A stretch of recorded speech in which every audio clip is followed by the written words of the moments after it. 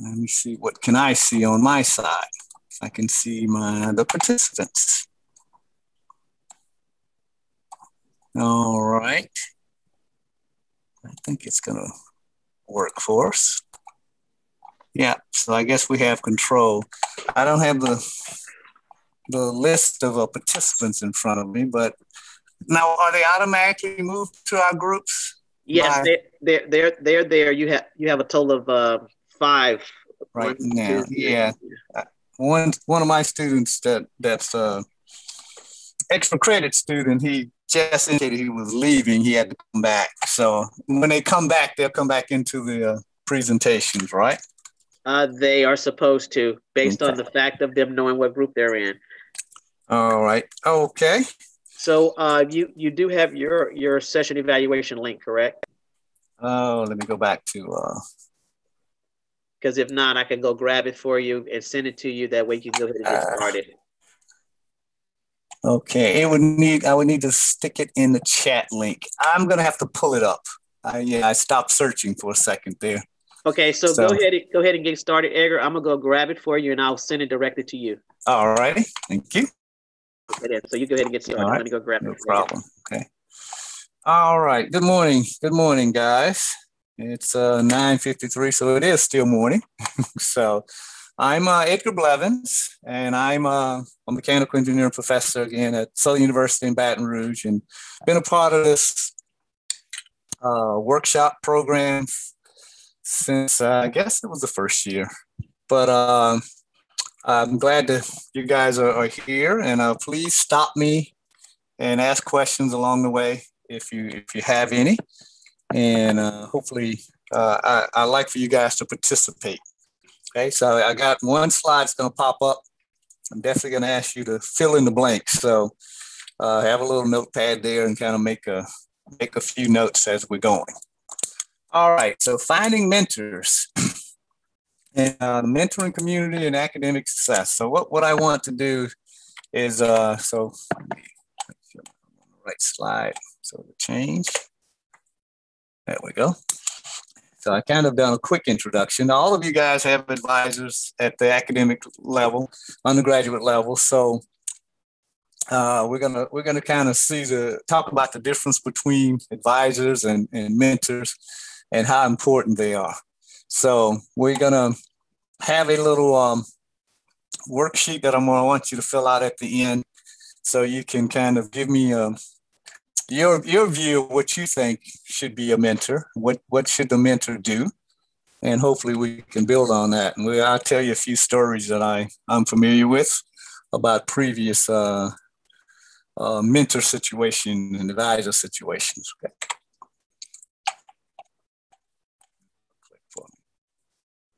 All right. What is mentoring? The benefits of it. We got to find that right person. What do you expect from them? Get a good understanding of the social environment when you move into a new environment, in particular, like in my case, going from an HBCU to a PWI, it was a little different than what I was used to. So, there are communities that are in place at many universities. I'm going to highlight a couple. Of course, I'm going to highlight University of Nebraska and what they do. So we will hopefully build on those strategies that are available. You need to get a good understanding, of how to select a mentor. You shouldn't just go in and just think you're going to go in and just find that person right away. You need to kind of think about who's available and so have some conversations with others. And usually, like, I did my undergraduate studies, my master's studies at Georgia Tech. And that was actually an organization there, the OMED Office of Minority Education. And they had other students that it was a university-run organization, but they had a student membership basically by being a graduate student there, actually undergrad and graduate student. So they were able to help you and guide you with selecting and getting a better understanding of who might become that that mentor for you, depending on your expectations and your interests. So figure out what that mentor expects from you. You know, someone may be identified as a mentor and not, you know, you might not be on the same wavelength, might not be thinking what you're not thinking what you want from that, get what you want from that relationship, and that mentor may be thinking of something totally different. Say, okay, this is what I expect you to do. Kind of like some homework assignments. Okay, I'm sure you worked on an assignment. Well, I thought you wanted me, at least my students do. I thought you wanted me to solve for X. No. I wanted you to solve for Y. Okay. So being clear and upfront, and that we're going to talk a little about communicating and communicating with that mentor and getting a better understanding. So let's figure out what. First off, the word mentor. Okay, it says has a history. It's where the word comes from, Greek mythology. Okay, there's a poem about Odysseus, and king of Ithaca. He led his soldiers during the war. While he goes on, he roamed the countryside for 10 years. And before going back home, hired when he went off to war, he hired a mentor and trusted him in the education of his son. Wanted to make sure he took care of his son while he was gone. So Telemachus was the person, so mentor became Telemachus' teacher and counselor and guide.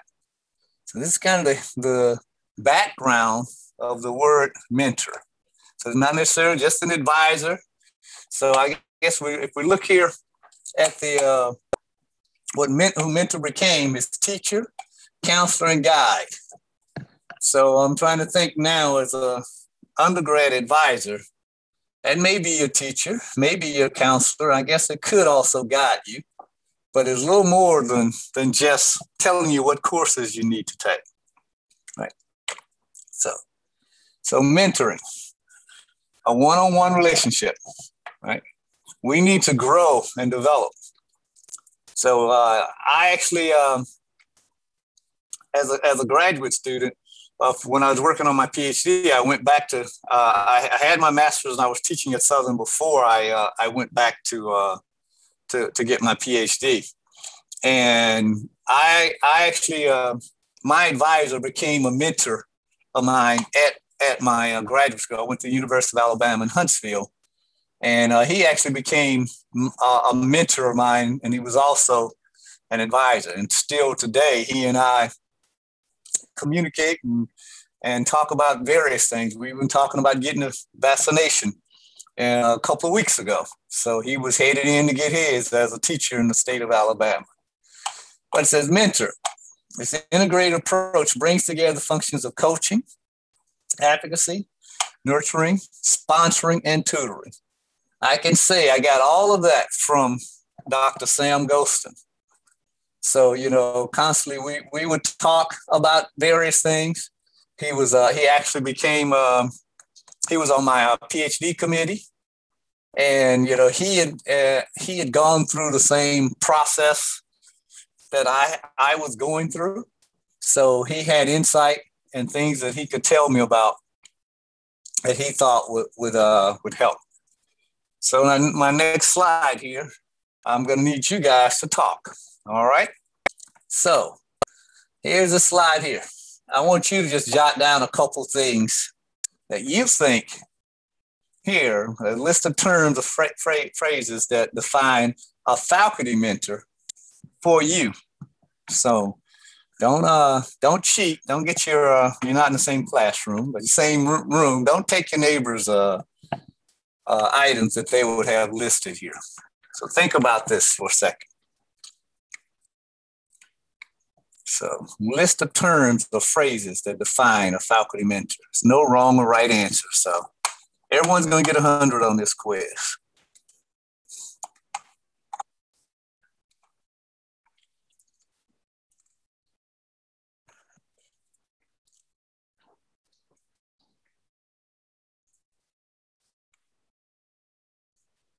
All right, who's ready?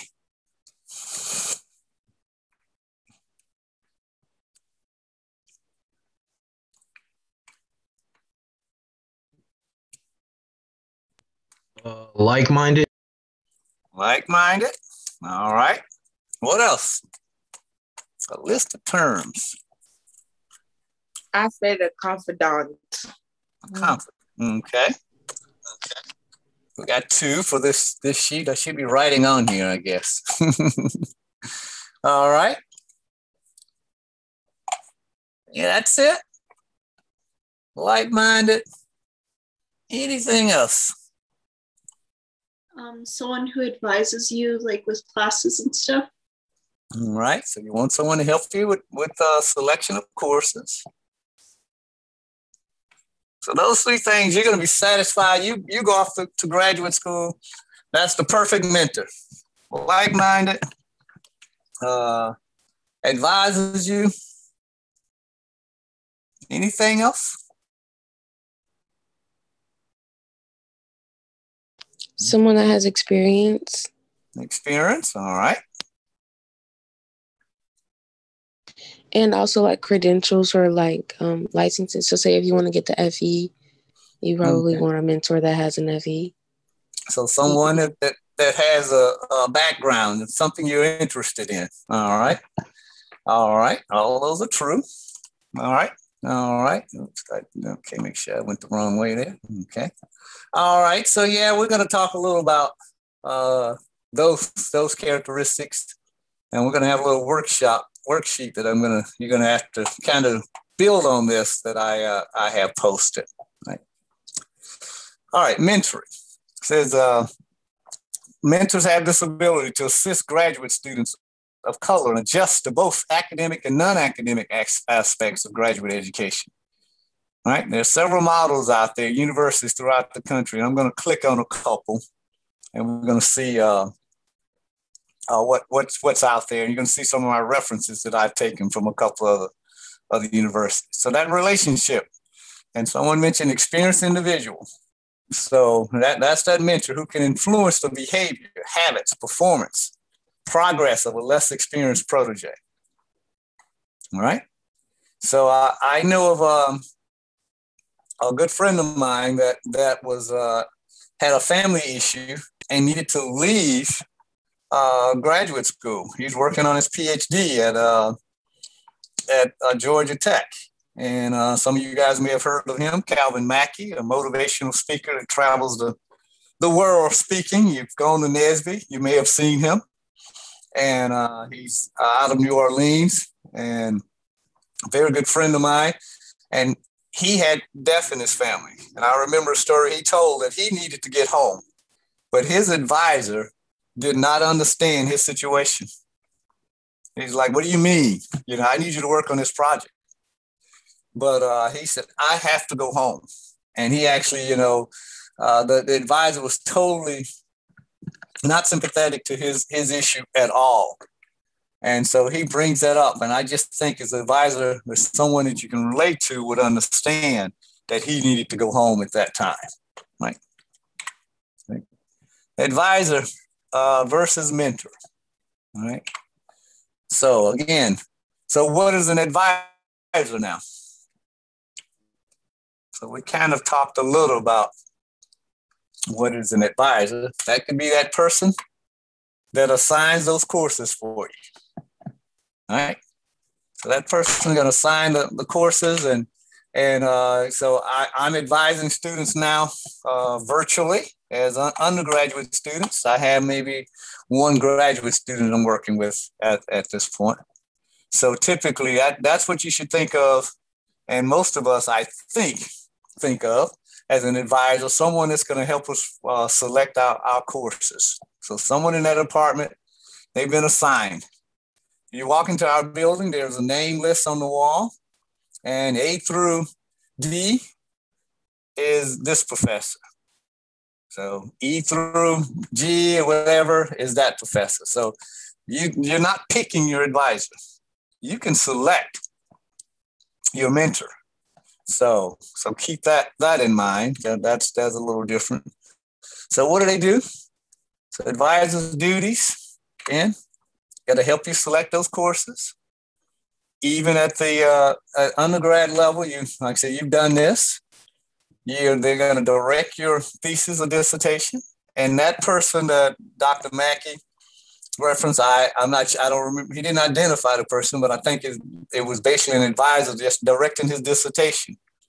He needed the work done. Said, look, I need you to work on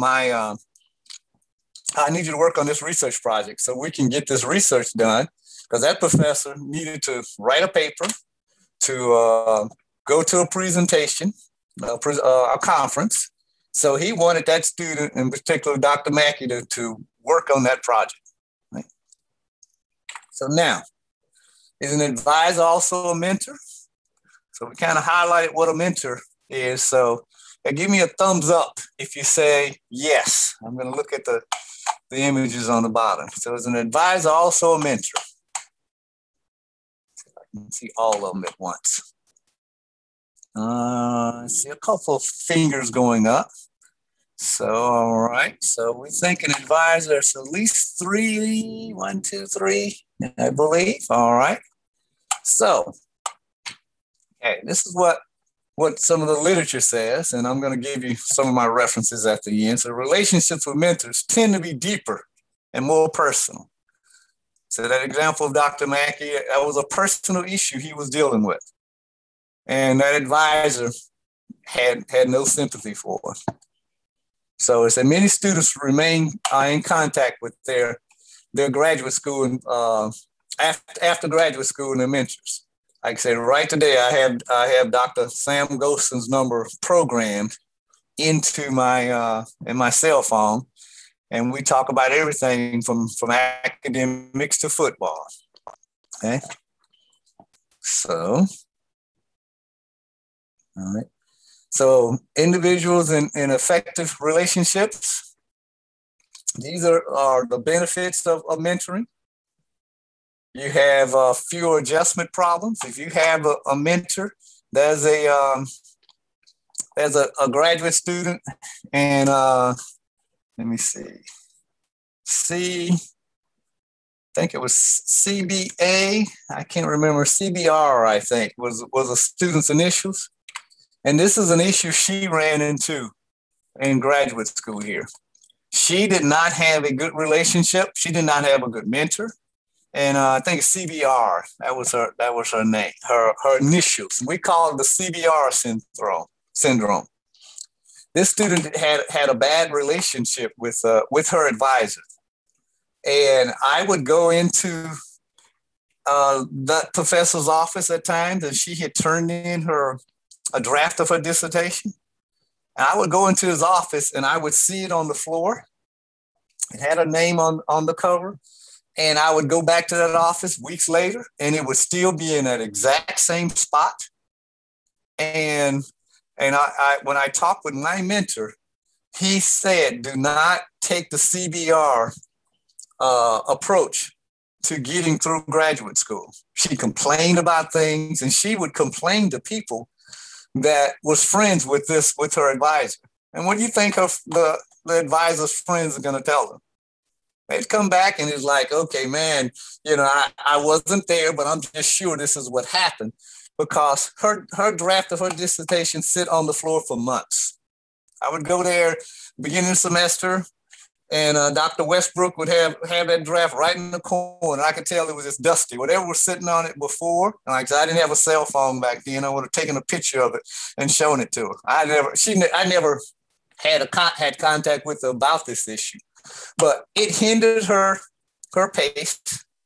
She was not productive, and she just wasn't making the right decisions. She complained a lot, and she complained to department heads. She took it to the dean.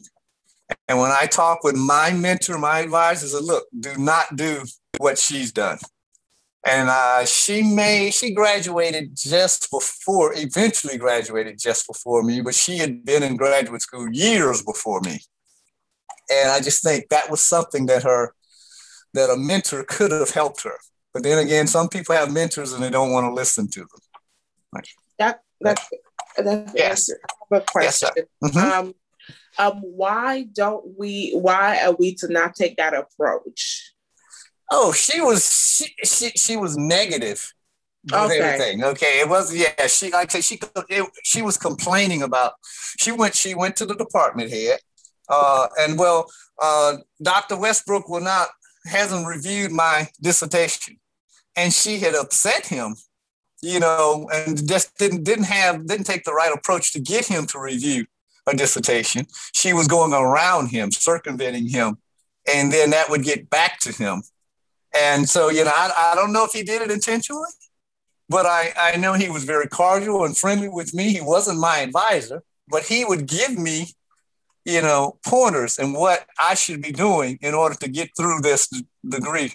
And one thing that I bring up, one of his comments that I use over and over, he told me, he gave some data, and I'm going to put up a slide too. He said 75% of the people in the PhD program do not finish. Mm-hmm. And he says, not because they were not smart enough, but just some things, personal things got in the way. Some of and at the particular graduate school in Huntsville, a lot of the graduate students are working in local industry. So some of them are working full time, and they're taking, taking many courses, but also a lot of them do get release time from work. So their companies pay them their full salary to go back to graduate school. Mm. But then that 3-4 year time period ends, and some of them go back to work. I knew a guy that was in the Air Force, super smart guy, and I don't know if he ever finished. He got called back to the Air Force and had to work. But some do not have good enough mentors to keep them on track. And that lady, she was probably in school maybe at least maybe more than 6 years working on her PhD. And she rubbed people the wrong way. She rubbed everyone the wrong way. So, and I was reminded, do not get the CBR syndrome, okay? Mm-hmm. And she was underrepresented minority. And she claimed that her ethnicity had something to do with her not progressing through the program. But my mentor was an African American, is an African American, and he did not see that as the issue. So that's what that's kind of what I like to highlight. So here's some data here. It says the Council of Graduate Schools survey found doctoral participants here reported quality of their mentoring played a major role in ability to complete the degree. A major, not a partial role. So finding that right person, okay? And this is some updated data. And the bottom of this chart here shows that says this is the completion rates for doctoral students in STEM, right? So it says from 92 to 2002, they earned degrees within 10 years. A lot of students, and what's happened in a lot of graduate schools now, the funding is linked to the production rates. So if you're not producing graduates in a certain time period, the funding can be reduced. And when I was in graduate school, they started looking at that also. They said, look, why is it taking your students so long to get through the graduate program? So that has changed in recent years. The universities are taking a closer look, because what happens when you get a graduate student working on your research, that's cheap labor. And some faculty members don't want to lose that labor. I've worked with you for the last 2 years. You're experienced at this now. I can take advantage of you and keep you here, which is going to benefit me. So that has, that could affect that time period. But here it says PhD completions here that within 3 years, very low percentage, 4 years, 8 and on. Okay, so it took me about 4.5. I was somewhere in this area here. But I said, if you have identified a mentor that can help you and keep you on track, So one of the most things here that influence graduate education here, say if not the most, it says students here, and this was for undergraduate education, is especially people of color. All right. So we need to think about that. So this is more current data here. So if it's not the most important, it is very, very important, right? So now we need to identify that mentor. So someone you guys mentioned background. I said building that relationship. All right, could be the department chair. Yeah, as a graduate student, you're going to have committee members, and I'm not sure if this was on CBR's committee, but I think she had people on her committee also that didn't necessarily agree on things. So if committee member A said, I want you to go back and take another look at this analysis, committee member B may have said, didn't want them looking at that analysis. So those two committee members actually bumped heads, and that hindered her progression. Okay. So this person could be a minority faculty member. Again, someone mentioned the research area, and also help think about planning for that mentor and developing some kind of a relationship that you can maintain. So and end up in a formal relationship. And many universities have documentation, and we'll highlight that a little in a bit there. So we're on time. All right. Dr. Howard Adams, he founded the GEM program that Dr. Huggins talked about or presented earlier. So in some of this information here that I have, I'm taking from Dr. Howard Adams. He has been a part of this program, maybe the second year that we had the program. He's actually has been there. So he walked in on my presentation as I'm presenting some of his information. So I welcome him. Okay, but Dr. Howard Adams developed these characteristics here, and he has a couple of books that I have, one or two around. I don't know if I have all of them that I brought with me that he has written, and he has 3 Ps. It said effective mentoring provides proteges an edge on the process, on getting permission and protection. As I said, my advisor helped me in this area. This is how you should approach this. All right. So he's going to give me permission. All right. And he also, no, you don't want this person on your committee. He says, I like these guys, but when these two are on the committee, he says, when these individuals on that committee, they're not going to agree on things. And I've seen that happen. I said, I've seen that there will be a committee meeting, a presentation by the student, and they agreed that this is what we want the individual to go and look at. And then the next time they meet, they're totally disagreeing with what they told that student to do. So that mentor can be that go-between, can be someone there that could help you. All right. So what's the role? The mentor's role. Again, we're going to provide some information, resources. This is the person I think you might be able to help you with that. Right?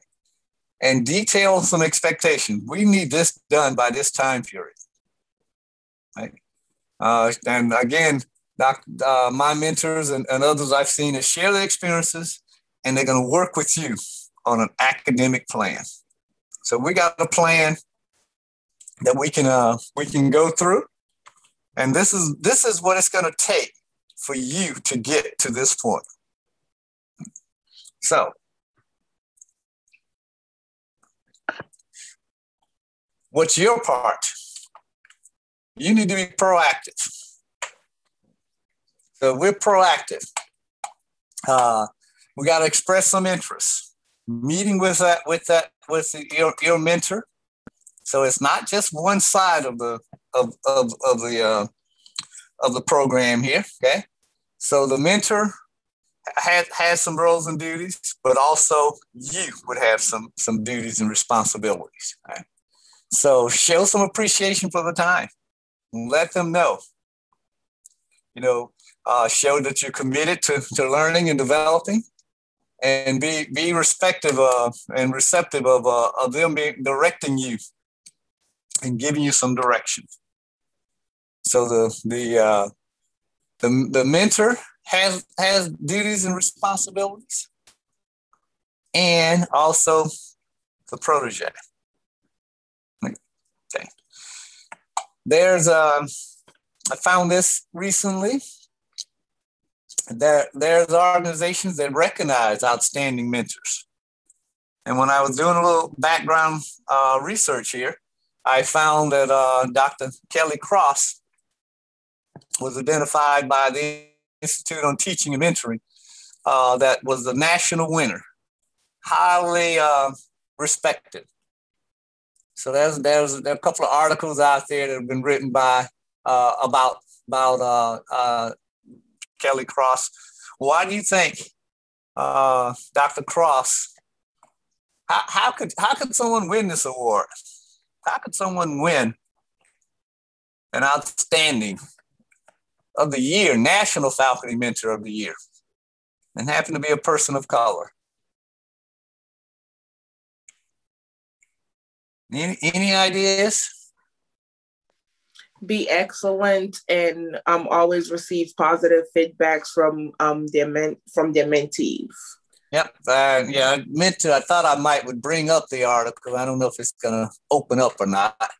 But yeah, this person here, I'm going to click and see. I might have to try switching screens and see if it's going to pop up. Not sure if it's still there or not. I think I'd have to search for it. But that institute, I clicked on it on a separate screen here. That institute has it's the Institute on Teaching and Mentoring. So they have annual events. So it is very important. And this person had to be recommended. And they have a lot of some good information on their website that can help you also with identifying and selecting mentors. So their upcoming conference is actually this, I don't know if Zoom lets me do it this way. I think it will.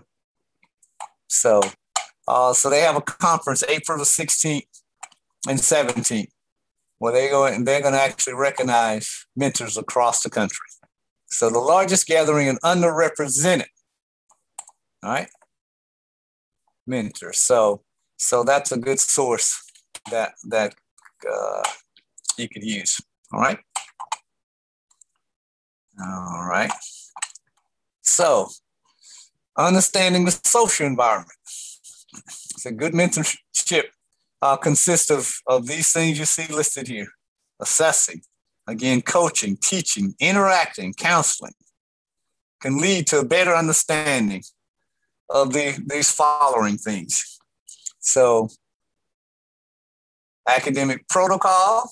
What's the proper way of handling that to prevent the CBR syndrome? If you got issues there, how can we handle that? Let's have a talk before. Let me talk to the department head and see if I'm your mentor. Certain things within the organization, that's just not the way it works.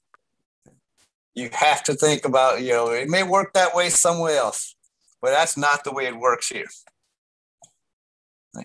So the organizational norms. Right?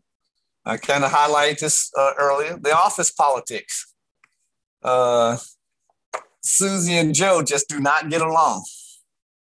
So do not put those two on your committee.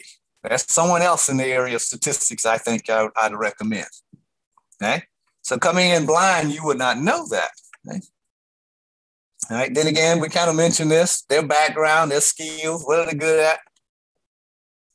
So understanding, getting more information about that mentor, right? And avenues for advancement. So when I skipped one there. All right. So All right, there we go. So avenues for advancement. So that mentor and can help you in these areas. So knows what it's going to take to be successful. And also just even as an undergraduate mentor, when an outstanding student comes to me and I get calls, I have no problem recommending that student. I've been working with this student. Daria Bentley is one of our recent graduates, and she just received the Jim Fellowship Award. I have no problems writing letters of recommendation for her. So she is, I think she's at Ohio State currently in mechanical, or she's doing biomedical. I'm not sure which one she ended up choosing. But, I worked with her early on and kind of mentored her. And as far as, I didn't mention when Dr. Huggins was presenting, Dr. Adams was giving presentations, gym presentations, and I clearly remember him discussing a student that had asked a professor to write a letter of recommendation.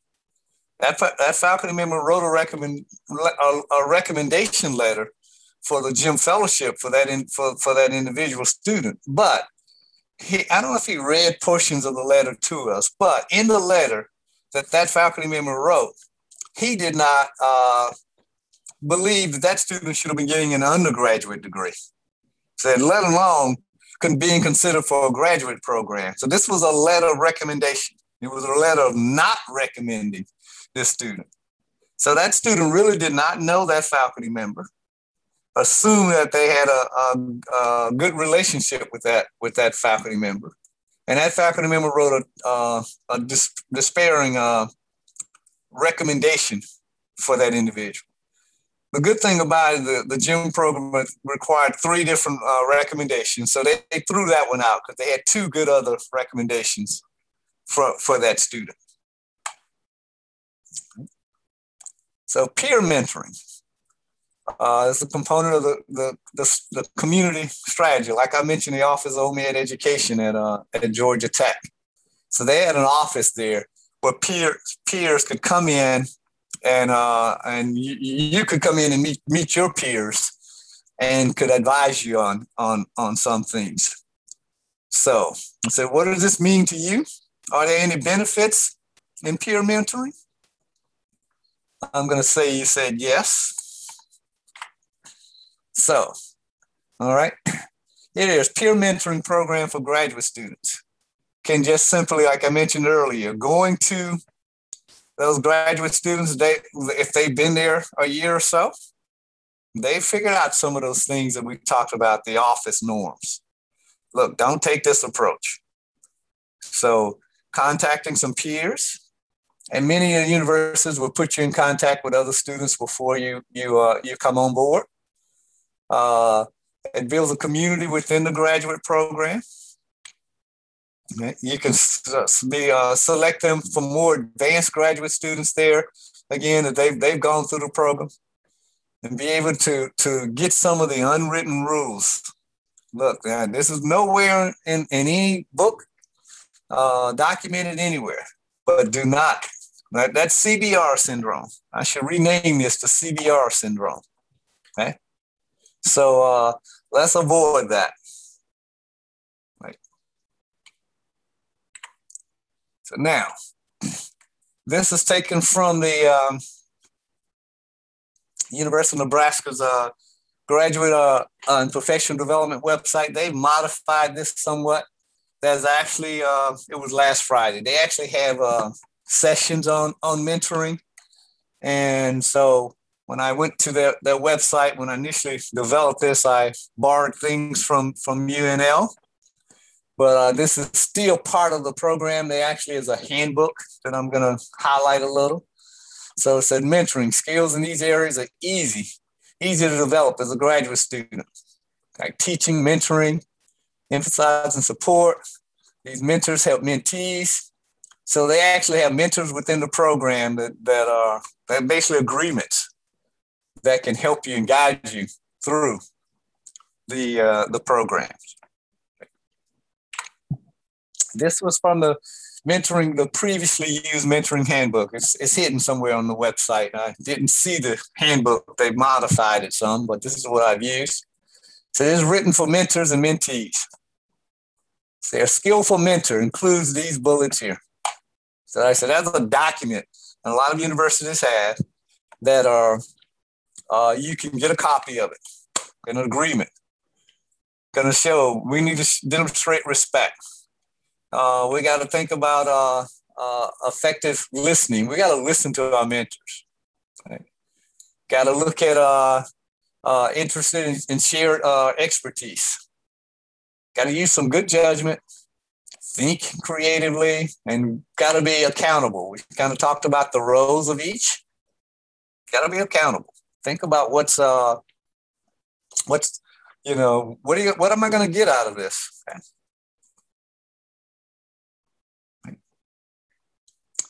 Additional information there says with support, going to encourage students to discuss ideas. Might feel naive or crazy. I don't know what to think. But if you have a good mentor, a good mentoring program is going to encourage you to think about this. Don't hold back. If you got something on your mind, let's talk about it. Right. So here's an example here of setting some realistic goals. So, and they're mentor agreements. Like I said, we're going to write these things down. We're going to document this. We want to make sure this is our plan. Right. So talking with that mentor, and I said my mentor and advisor said, he needed to have X number of journals, articles each year. So it would benefit that faculty member to work with you to get those documents published. Right. So teach students here again to break down things into smaller parts. When you're going off to graduate school, it's going to be different than undergrad. In many cases, you're going to be more independent. You're going to be responsible for doing some things. Then again, I said, you may get an advisor, may tell you what you need to do. Go and talk to that mentor. If that's a different person, and try to help me with that. Let me break this down into smaller tasks. This is overwhelming. I said, I knew of a, and when I was in graduate school, again, there was a graduate student that came in that was had a 4.0 background, thought he could do the same thing that he did as an undergraduate that he could do at Georgia Tech. I ain't gonna load himself up with tons of courses. And that student was overwhelmed and ended up deciding I have a BS degree and got a job and never did. At that point, left the school. All right. So other support here says give them space to be creative. Don't rush through too quickly looking at your data. So that mentor can say, look, slow down here. Let's think about this. Right?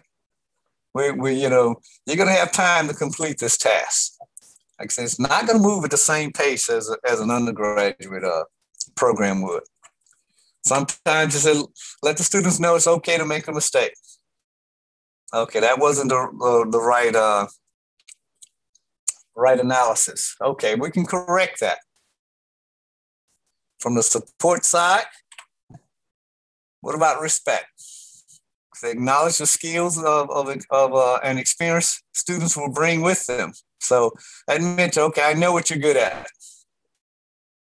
So let's take advantage of that. Let's work with that. So when you're meeting with the advisor, again, that our mentor, you're taking up some of their time. Respect their time. Think about, in advance when you're going in to meet with that mentor. So I don't want to go in and, some cases, like I said, my case, my mentor, sometimes we just wanted to have a casual conversation. We just talk casually. But go in with the mindset that we're going to have a positive result from this conversation. It says document. Don't show up again with that meeting with that mentor or advisor later and didn't recall what was done before. Did you accomplish those tasks? Right. So again here, says, tell the students what you learned from them. So these are, as part of this handbook that UNL has, that they have expectations for the mentor and the mentee. So when that mentor, if that mentor does these things for you, they're doing what is encouraged. Taking constructive feedback. So says provide students with forthright assessment. Don't assume students know what you think about their work. So this is the mentor again. Okay, they should provide you with feedback on work in a timely manner. That advisor that I mentioned, like I said, that dissertation sit on that floor for months.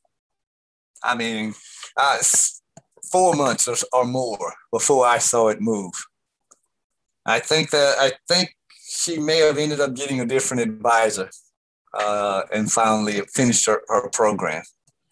If your students fall behind, don't assume their lack of commitment. So these are things that you should expect from your mentor. All right, know what's going on. You may be overworked. Relax. Okay. Family problems, like my friend Dr. Mackey mentioned. His mentor was a faculty member in a different department that he went to when he had the family issues, and that mentor told him, go and take care of your family. She was not an advisor, but she was the I think she become the dean. She may have become the department head there. But she ended up telling him to go and take care of your business. So character and integrity. Recognize those new to research are still forming. So that mentor needs to know and have an understanding that this is maybe your first time at this. So find someone that can help you and have a good feeling for how and what is expected. Says set high standards for yourself. So this is what the mentor should be doing. So if you have someone that lackluster attitude, that may not be the right person. Right? We want some positive results. All right. So we're on time here. Got a few more minutes. This is an older article that I found, and this individual here wrote about her studies, and Stephanie Page indicates that does race matter, and in her blog that was written here, she highlights how that it did matter in her case. It helped her get through the program, and just said, got a good understanding. So there are many qualities that signify an outstanding mentor: compassionate, wise, humble, forthright, patient, honest, knowledgeable, generous, and genuine. So these are things that could have been listed on that bullet that we had earlier, right? The University of Washington, they have under the graduate program, they have a lot of resources, and I've listed them as a reference.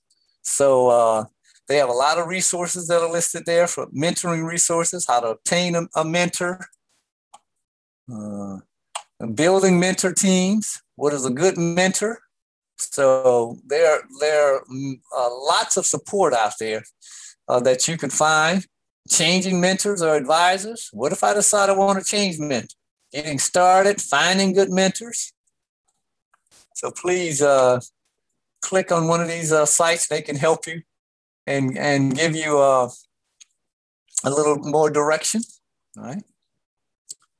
The Graduate Council of Graduate Studies has articles there. How to get the mentoring you want. So going there and referencing that, I think I got this from University. I don't know if they're based at the University of Michigan campus, but here's another source that you have.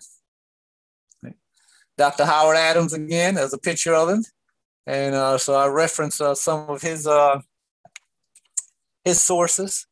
So he has these flyers that I actually have copies of some of these that he has in his hand here that he has distributed during his presentations. All right. So a list of my references, where some of these things come from. So they're provided. And that is who I am. All right, questions? I did have a question though, because I know we were talking about, advisors versus mentors. And like we said, your advisors mostly are picked for you in most cases, and your mentors are somebody that you can pick yourself and have a better connection. So can you have advisors turn mentors? I think so. Yes, you can, providing that person, can do the job. So yeah, they're just not there. And how they're going to view you? You come in, okay, I'm just going to give this person class. All right, take this class, this course. All right, next person. So you will be able to identify that individual. I'll say the guy that I mentioned, he was the only minority faculty member at the University of Alabama. Huntsville when I was getting my PhD, so I kind of saw him on the hallway, and then there are other people that were on my committee knew and thought he would be a good advisor for me also. So in a subtle way, one of my professors, I want you to go and talk to Dr. Sam Ghostin, you're 2 doors down, and that conversation started. And then what I also observed was lots of students were coming back to see him. I'm like, okay, someone else is knocking on his door. There are 5 doors on this hallway. Someone else is knocking on his door.